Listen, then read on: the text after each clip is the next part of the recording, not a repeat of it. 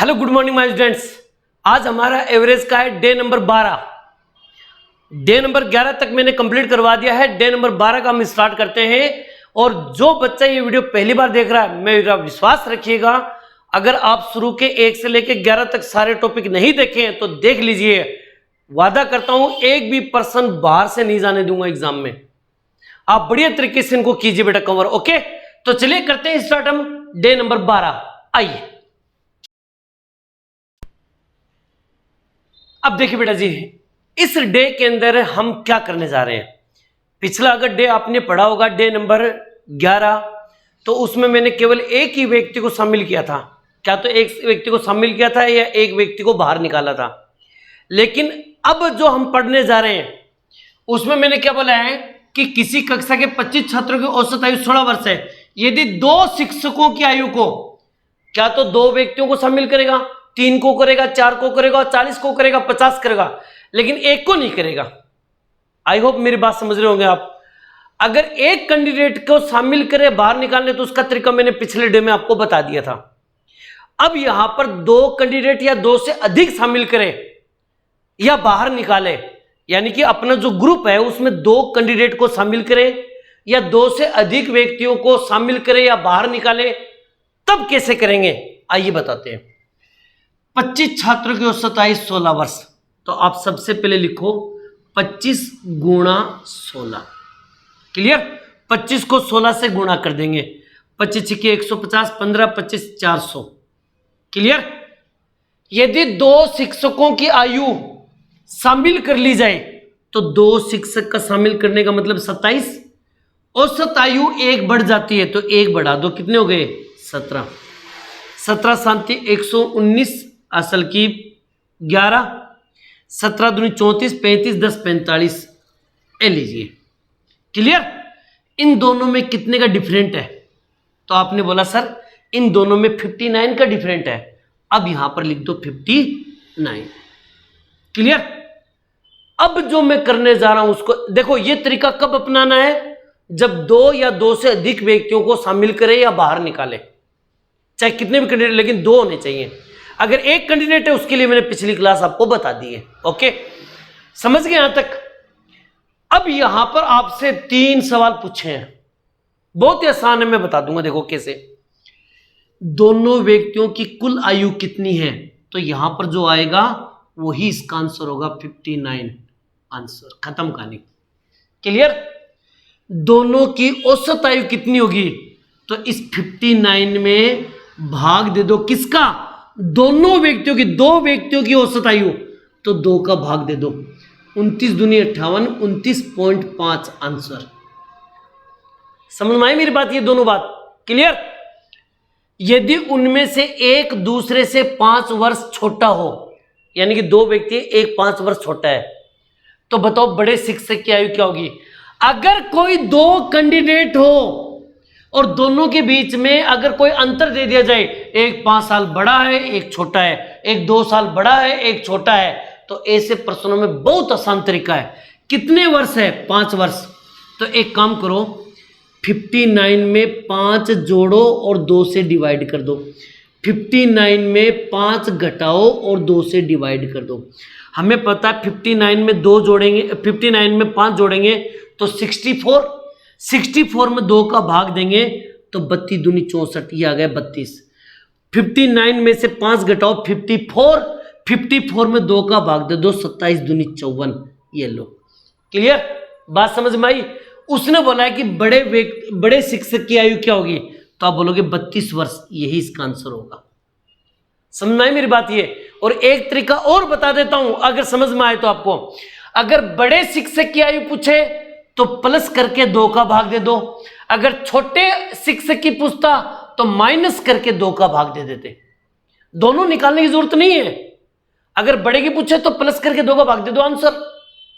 और छोटे की पूछे तो माइनस करके 2 का भाग दे दो, आंसर। क्लियर?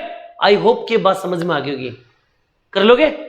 याद रखना ये नियम कब लगाना है? जब 2 या 2 से अधिक व्यक्तियों को शामिल करे या बाहर निकाले, तब यह काम करना है। और भी बढ़िया क्वेश्चन बताता हूं, नोट कीजिए इसको फटाफट बेटे जी। ओके कीजिए। अब देखिएगा क्वेश्चन नंबर 2 और क्वेश्चन नंबर 3 बड़े आसान सवाल है, देखो ध्यान सुनना। 15 व्यक्तियों की औसत आयु 32 वर्ष है, तो आप लिखोगे 15 गुणा 32, 15 दूनी 30, असल की 3, 15 तिये 45, 46, 47, 48, 480। क्लियर। फिर दे रखा है यदि 2 नए व्यक्ति शामिल हो जाए, तो जैसे 2 नए शामिल होंगे तो कितने हो जाएंगे 17, और औसत आयु 3 बढ़ जाती है, पहले 32 थी अब 3 बढ़ गई तो कितनी हो गई 35 हो गई। 17 5 85, असल की 8, 17 तिये 51, 51 और 8 59। क्लियर।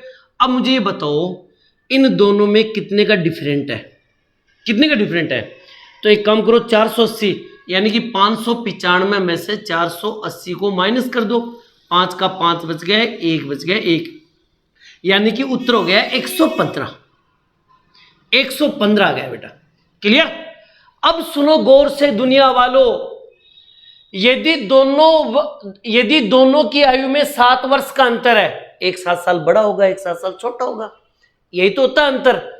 तो बताओ बड़े व्यक्ति की आयु क्या होगी। यहां पर देखो एक नाम पूछा बड़े व्यक्ति, और मैंने क्या बोला था, जब भी बड़े व्यक्ति निकाले तो आप इसमें 7 को प्लस करके 2 का भाग दे दो। अगर छोटे आयु की पूछता तो माइनस करके 2 का भाग देते। क्लियर।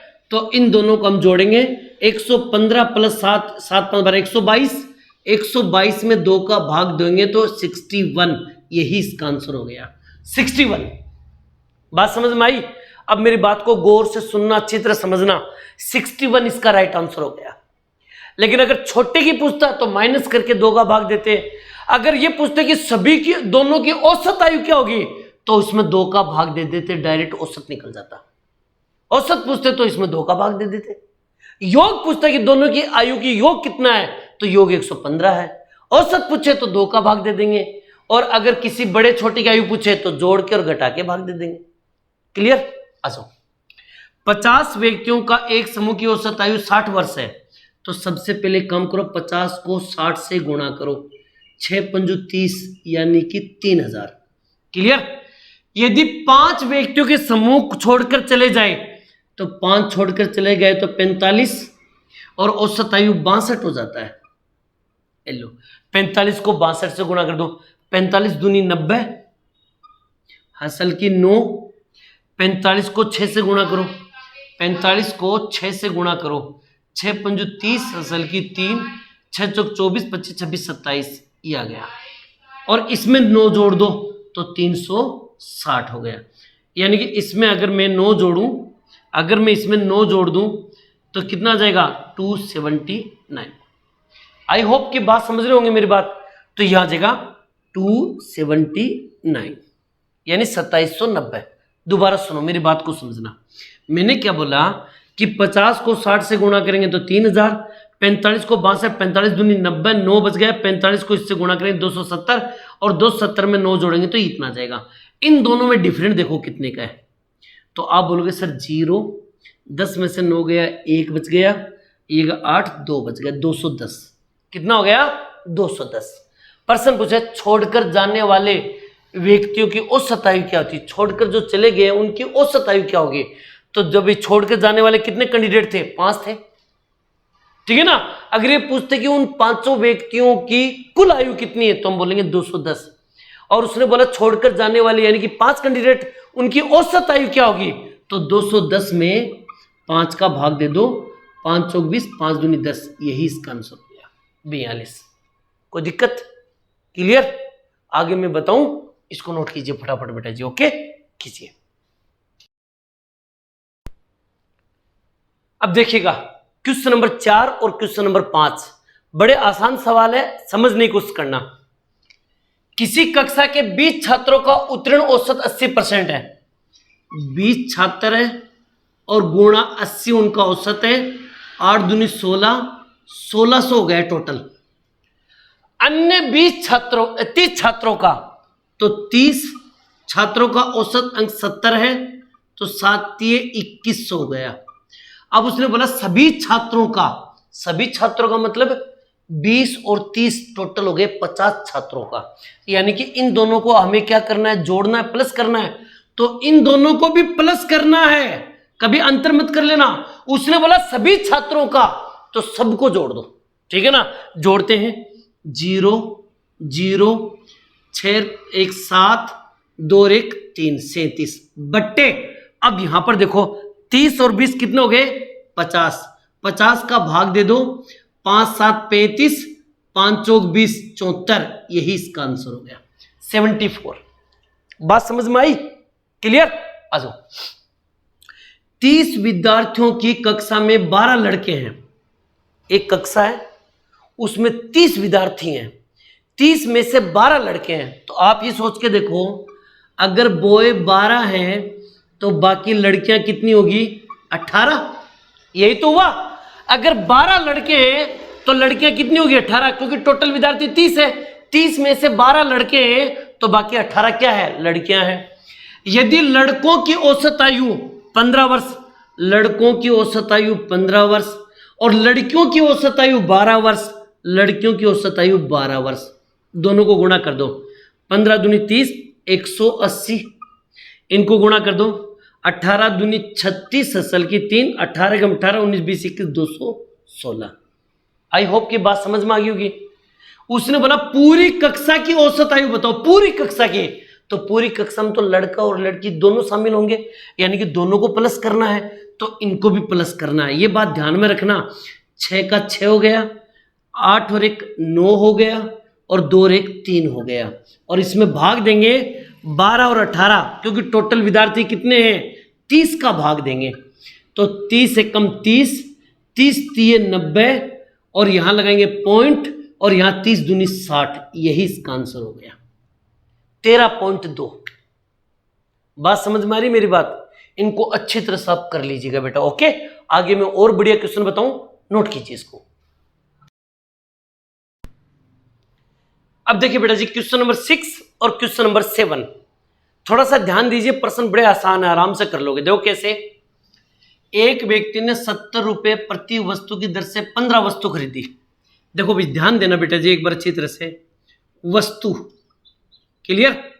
उसने 15 वस्तु खरीदी 70 रुपए के हिसाब से, क्लियर। 15 संति 105 यानी कि 1050 की, क्लियर। फिर उसने 60 रुपए प्रति वस्तु की दर से 13 वस्तु खरीदी। उसने 13 वस्तुएं खरीदी 60 रुपए के हिसाब से, ठीक है ना। 13 पंजू 65, 13 छके 78, 780 रुपए। फिर उसने 65 रुपए प्रति वस्तु की दर से 12 वस्तु खरीदी। तो 12 वस्तु खरीदी उसने 65 रुपए के हिसाब से, 12 पंजू 60 असल की 6, 12 छकी 72, 72 और 6 78। ए लीजिए बेटा, ओके। अब मैं ये कहूं कि उसने टोटल वस्तु कितनी खरीदी, तो आप बोलोगे 15 और 13 28 29 30 40, 40 वस्तु खरीदी। उसने बोला प्रति वस्तु का औसत मूल्य बताओ, यानी कि सभी का बताओ। तो पहले जोड़ दो इसको, 0 8 8 16 16 और 5 21 असल की 2, 7 और 7 14, 14 और 10 24 25 26, ये आ गया। और बट्टे कितनी वस्तु है टोटल, तो आप बोलोगे सर जी 40 है। 40 का भाग दे दो, 0 0 कैंसिल, 4 6 24 25 26, 4 पंजू 20 बच गए 1, 4 दूनी 8, 4 पंजू 20, यही इसका आंसर हो गया 65.25। आसान है शायद, आप भी समझ गए होंगे शायद। यहां जाओ देखो, 18 संख्याओं का औसत 37.5 है, तो 18 गुणा 37.5, 18 पंजू 90 असल की 9, 18 पंजू 90 18 शांति 136, ठीक है ना। 18 शांति 126 होते शायद, 18 शांति 126, 126 और 9 135 असल की 13, 18 छत्तीस 18 54, 18 कम 18, 18 दूनी 36, 18 54, 55 56 57 10 67। ये लीजिए, एक से पहले पॉइंट लगा दो, इसकी कहानी समाप्त। यानी कि आप कह सकते हो 675। इन दोनों को गुणा करेंगे तो 675।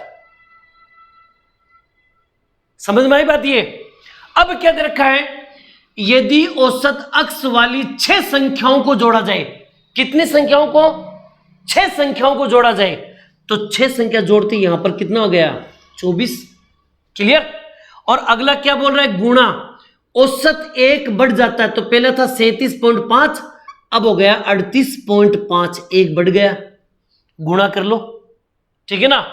38.5 को गुणा करना है किससे, 24 से, 24 से गुणा करना है। 4 पंजू 20, 4 पंजू 20, असल की 2, 8 चौक 32, 33 34, असल की 3, और 4 तिये 12, 13 14 15, फिर गुणा करो, आ जाओ। 5 दूनी 10 की बिंदु, असल की 1, 8 दूनी 16, 17 7, असल की 1, 3 दूनी 6 और 1 7 आ गया। 0 का 0, 4 का 4, 12 को 2, असल की 1, 7 8 और 1 9। क्लियर, ये पॉइंट लग गया, तो ये हो गया 924। क्लियर। अब यहां पर देखिएगा टोटल संख्या थी 18 का, ये हो गया 24 का, ये हो गया। उसने बोला अक्स का मान बताओ, अक्स का मान, ये अक्स क्या था, आ जाओ। अक्स, औसत अक्स वाली 6 संख्या, यानी कि उन 6 संख्याओं का औसत था। तो सबसे पहले काम करो, इन दोनों का डिफरेंट देखो कितने का हुआ। डिफरेंट क्यों देख रहे हो सर, पहले ये 18 थी, अब 24 होगी, तो कितनी संख्या बढ़ गई, 6 संख्या बढ़ गई।